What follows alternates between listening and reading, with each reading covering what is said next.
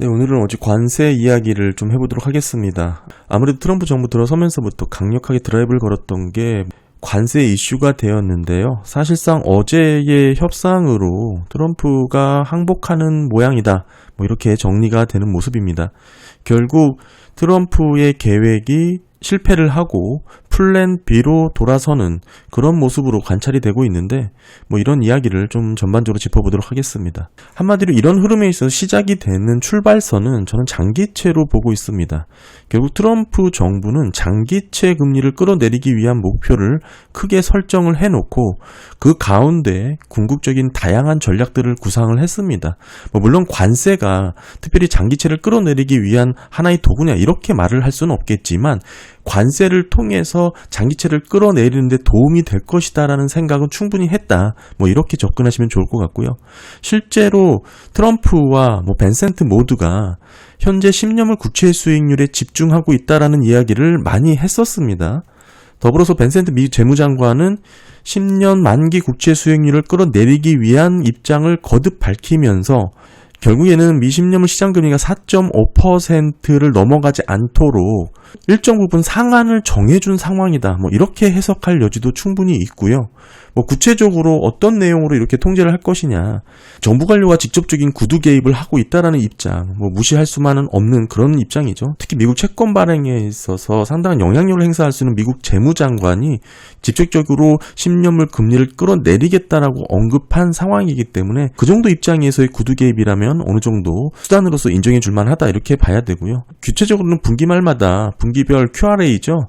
국채 입찰 일정 관련해서도 장기물 관련된 입찰 규모를 계속 제한하는 한마디로 기존의 물량을 리파이낸싱 할 수 있는 정도로만 유지를 하는 것을 확인을 했고요. 더불어서 그동안 막혀 있었던 은행들의 채권 비중을 늘려줄 수 있는 SLR 규제 완화도 사실상 이제 도입을 앞두고 있는 그런 상황이기 때문에 이런 전반적인 흐름 가운데 미 국채 수익률, 특히 10년물 장기 흐름이 하방 압력을 받을 요인은 상당히 많이 살아있다. 이렇게 봐야 됩니다. 어느 정도 상단을 가리켜준 그런 정부 입장이 있기 때문에 그 안에서 변동성이 움직일 것이다 이렇게 봐야 되고 궁극적으로 SLR가 도입이 되면 대략 4% 이하로까지 10년물이 저는 그렇게 보고 있습니다. 그런데 어제는 10년물이 4.45%까지 상승을 하게 됐죠. 어느 정도 큰 그림에서 지금의 흐름을 놓고 보면 트럼프 입장에서는 결국 관세를 부과하면서 시장에선 디플레이션 압력을 높게 우려하기 시작했습니다. 그러면서 10년물 금리가 떨어지니 어느 정도 트럼프 입장에서도 관세를 주저할 이유가 없었겠죠. 시장 금리를 떨어뜨리기 위한 목적에도 충분히 도움이 되는 정책이다 이렇게 판단할 수도 있었는데 당시 나왔던 이야기 중에 하나가 트럼프가 직접 얘기도 했었습니다. 실제 주가 하락도 개의치 않는다라고 발언을 할 정도로 강한 어조로 관세를 밀어붙였던 게 트럼프였습니다. 실제로 이런 비유까지 했었는데 바이든의 경우에는 주가가 상승했음에도 불구하고 선거에서 졌다. 한마디로 주가 상승만이 만능이 아니다. 이 정도로 정리를 할 수 있었던 당시의 흐름이었고요. 사실 이 얘기는 제가 작년에도 말씀을 드렸었죠. 결국에는 바이든이 실패한 이유는 주가 상승이 아니고 물가를 잡는 데 실패했기 때문에 선거에서 졌다 이 얘기를 말씀을 드렸습니다. 따라서 이 부분을 정확하게 알고 있는 트럼프가 주가보다는 물가를 잡기 위한 노력을 더 강하게 밀어붙일 수밖에 없다 이렇게 봐야 되고 그 배경 중에 하나 결국에는 유가의 하락세를 이루고 있다는 점에서 그 면모를 찾아볼 수가 있고요. 결국 당시의 트럼프 입장에서 놓고 보면 그런 주가 하락도 개의치 않는다는 발언 자체는 어느 정도 진심이었을 것이다 이렇게 볼 수가 있습니다. 다만 그런 흐름 가운데 트럼프가 놀랐던 거는 이 주식시장이 폭락하자마자 채권시장에 발작이 있었죠. 채권 매각이 나타나면서 금리가 폭등을 한 건데 이런 채권시장의 발작으로 결국엔 트럼프가 관세 정책의 변화를 가져왔던 시초가 된다. 이렇게 봐야 됩니다. 그 시기 또한 절묘하게 트럼프 대통령이 전방위적으로 관세 전쟁을 90일간 유예를 하게 된 그런 결단을 내린 요인으로 작용을 하게 됐고요. 그러면서부터 모든 관세 정책의 변화가 선회하기 시작했다. 이렇게 볼 수가 있습니다. 그 뒤로부터는 위험자산 시장이 관세 후퇴라는 기대감으로 상승 랠리를 이어왔고 어제 결국 미중 협상에 대한 첫 번째 결과가 나왔는데 90일 유예를 하는 결과죠. 관세 인하가 이루어졌습니다. 미국은 145에서 30%, 중국은 125%에서 10%. 결국 양국이 115%포인트씩 인하하기로 결정을 했고요. 다만 이런 결정은 90일간 유예를 한 결정이고 뭐 이렇다고 하더라도 90일 유예 후에는 다시 과거처럼 이렇게 높은 수준으로 부과가 될 거냐, 이 부분에 대해서 트럼프가 언급을 했죠. 90일간의 협상에서 합의를 이루지 못한다고 하더라도 관세는 높아질 수 있지만 145% 수준까지 높아지지는 않을 것이다, 이렇게 덧붙이기도 했습니다. 결국 이 결과에 대해서는 시장의 컨센, 예상보다 큰 폭의 미중 관세 인하에 대한 합의가 이루어졌다, 서프라이즈죠. 이런 내용으로 봐야 되고, 그렇다고 하지만 과거 트럼프 1기 관세 협상을 놓고 보면 그때도 한번 결렬이 됐던 사례가 있었습니다. 따라서 지금 이번 협상이 그대로 최종 합의에 이를 것이냐, 이렇게 판단하기엔 다소 이른 면모가 없지 않아 있고요. 당시 1기 트럼프 관세 협상 때만 하더라도 이렇게 한번 결렬된 이후에도 1년 6개월이 지나서야 최종 합의에 이르렀을 정도로 시간이 오래 걸렸었거든요.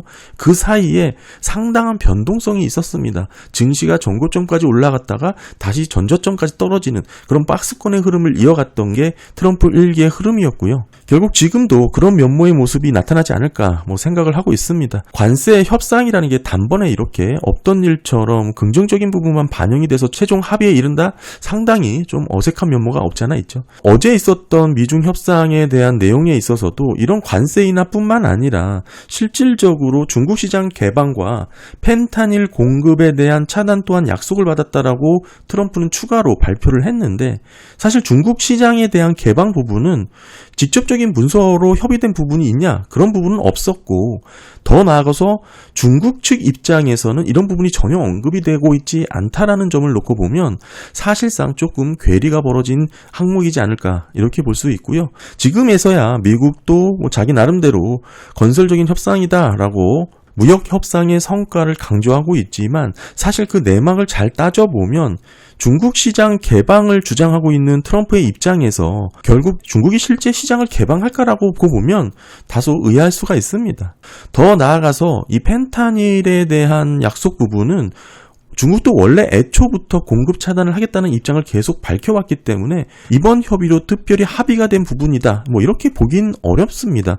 기존 입장을 재확인한 수준이다, 이렇게 정리를 할 수가 있겠죠. 그리고 철강이라든지 알루미늄, 자동차, 의약품에 부과된 개별 관세는 이번 인하 품목에서 또 제외하기로 한 거고요. 전반적인 이번 협상에 대한 중국 측 분위기는 다소 모호하고 한 발 빼는 분위기다, 이렇게 정리할 수 있습니다. 실질적으로 장기전에 대비하는 모습이 더 강하게 나타났고, 더불어서 이런 측면에서 이야기가 나오는 게 전략 자산에 대한 보호가 더 강조돼야 된다, 히토류에 대한 얘기죠. 미국의 한계를 정확하게 파악했다라는 그런 측면에서 오히려 히토류에 대해서 더 강도 높은 전략자산 보호 정책을 실행해야 된다, 이런 분위기도 나오고 있는 게 현실이고요. 결국 중국은 현실성 있게 지금 협의에 대해서 장기적이고 복잡성을 갖고 있을 수밖에 없기 때문에 이런 부분을 대비하고 감안해야 된다라는 입장인데, 미국은 마치 중국과의 협의가 모두 다 대체적으로 완만하게 끝난 것 같은 그런 분위기를 연출하고 있죠. 이것으로만 놓고 보더라도 미국이 중국에게 다소 협상의 우위를 차지하고 있지 못한 모습이다, 이렇게 볼 수 있습니다. 왜냐하면 히토류를 대체하지 못하는 현실적인 어려움을 미국이 갖고 있기 때문이죠. 대체적으로 미국산에서 생산되는 첨단 산업에 들어가는 이 히토류의 원재료를 다 중국에서 공급을 받고 있는데, 이런 중국 수입에 대한 의존도를 낮춰야 미국도 대등한 위치에서 협상이 될 텐데, 이를 잘 알고 있는 중국이 당연히 끌려다닐 이유가 전혀 없겠죠. 어느 정도 미국과 중국의 협상은 트럼프가 항복하는 면모의 모습으로 마무리 국면으로 진입하냐, 특히 미국이 중국 히토류 의존도를 당장 낮추기는 어렵잖아요. 사실 무역 관세 이후에 유럽산으로 히토류를 대체하기 위해서 노력을 했지만 이게 당장 그렇게 대체하기도 어렵고 가격 경쟁력도 없고, 이러다 보니까 상당한 현실적인 문제에 도달했다.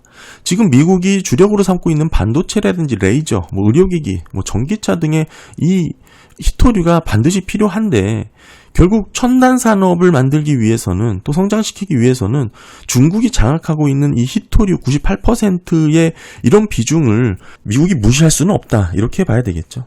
그러니까 이런 배경에서 미중 간의 협상이 이루어졌다 이렇게 봐야 되고요. 오히려 미국의 약점을 중국이 더 정확하게 인식하게 되면서 실제 협상 이후에 광물 수출에 대한 통제를 강화하자 이런 분위기가 있는 것도 사실입니다. 결국 히토리레지 광물에 대해서 전략자산으로 더 강조해서 관리를 더 면밀하게 하자 이런 분위기의 중국 흐름이 나타나고 있다는 것도 좀 인지를 하시면 좋을 것 같고요. 결론적으로 이번 관세 전쟁에 있어서 미국이 실패했다. 뭐 이렇게밖에는 평가할 수밖에 없는 그런 결과가 나왔다. 이렇게 봐야 됩니다. 다음은 이제 시장의 흐름 살펴보도록 하겠습니다. 뭐 이런 합의가 결정이 되면서 연준의 금리 인하 기대감이 또 후퇴를 했습니다. 특히 이제 선물 시장에서의 금리 베팅이 결국에는 9월 인하를 시작하는 것으로 나왔고 연내 2번 인하하는 것을 반영하기 시작했습니다. 뭐 지금까지는 관세 관련된 특히 미중 간 합의 관련된 내용을 좀 정리를 드렸고 더불어서 지금은 감세 정책이 있잖아요. 지금 하원의 감세 법안 초안이 제출되어 있는 상황이고 이 상황에서 감세 정책으로 총 4.8조 달러 지출이 확대되는 것으로 정리를 할 수가 있습니다. 한마디로 트럼프 정부가 2조 달러 지출을 삭감하겠다라는 계획을 발표를 했었잖아요. 이런 부분에 있어서 실행 가능성이 상당히 낮아졌다. 이렇게 볼 수 있습니다. 물론 관세로 인해서 4월달 수입이 재정 수입이 전년 대비 130% 정도 증가한 측면이 없지 않아 있습니다만 이건 관세 수입의 이 정도 증가분이죠. 전체 지출과 비교를 해보면 아무 의미가 없는 그런 흐름이다. 이렇게 볼 수가 있고 결국 이런 재정 지출이 확대가 되는 모습이 나오니까 10년물 금리가 상승하는 흐름이 나오는 게 당연하겠죠. 더불어서 금리 인하 기대감이 후퇴되는 면모도 있었고요. 일단 7월 초까지 백악관이 서명하는 것을 최종 목표로 진행을 하고 있는 게 감세 법안입니다. 다만 이 4.8조 달러 지출이 확대되는 이런 부분에 있어서 그간 얘기했던 재정 지출의 삭감 목표와는 다소 흐름이 거리가 멀어졌다. 뭐 이렇게 정리를 할 수 있는 부분이고요. 지금까지 트럼프 정부의 정책을 정리를 해보면 한마디로 10년물 금리를 끌어내리겠다는 목표를 포기했냐 이런 질문을 던질 수밖에 없는 상황이다. 이렇게 볼 수 있습니다만 사실 저는 이 부분에 대해서 포기할 요인은 상당히 낮다. 10년물 금리를 끌어내릴 목표는 포기할 수가 없는 트럼프 정부의 핵심 코어에 가까운 내용이다라고 저는 보고 있는데 이게 전제되어야 트럼프 정부가 진짜 하고 싶어하는 리쇼어링, 제조업의 부활 이런 정책이 지원이 되는 거고요. 더불어서 재정 지출도 줄이겠다는 입장이 있기 때문에 결국 10년물 금리를 끌어내리겠다라는 이 목표는 트럼프 정부가 포기할 수는 없다. 이 전제가 먼저 세워져야 된다. 저는 그렇게 봐야 됩니다. 그렇다면 이 기조 속에서 유가 흐름은 계속 하락세를 이어나가고 있기 때문에 물가 안정에 기여를 하고 있는 것이죠. 어느 정도 물가를 낮추려는 노력이 유가 하락의 모습으로 나타나고 있는 그런 상황이고 트럼프 정부가 결국 10년물 금리를 포기하지 않는 한 궁극적으로 관세가 어떻게 흘러가든 결국 펀더멘털대로 진행될 가능성이 높다. 이렇게 봐야 되겠죠. 경제 위기 상황에 대한 가능성이 사라진 것은 아닙니다. 결국 단기자금 시장의 레버리지를 통한 주가 움직임의 변동성이 확대가 됐다. 이런 의미로 해석을 해야 되는 게 맞지 경기 모멘텀이 달라진 흐름이 확인된 것은 아니다. 뭐 이렇게 정리를 할 수 있습니다. 네, 감사합니다.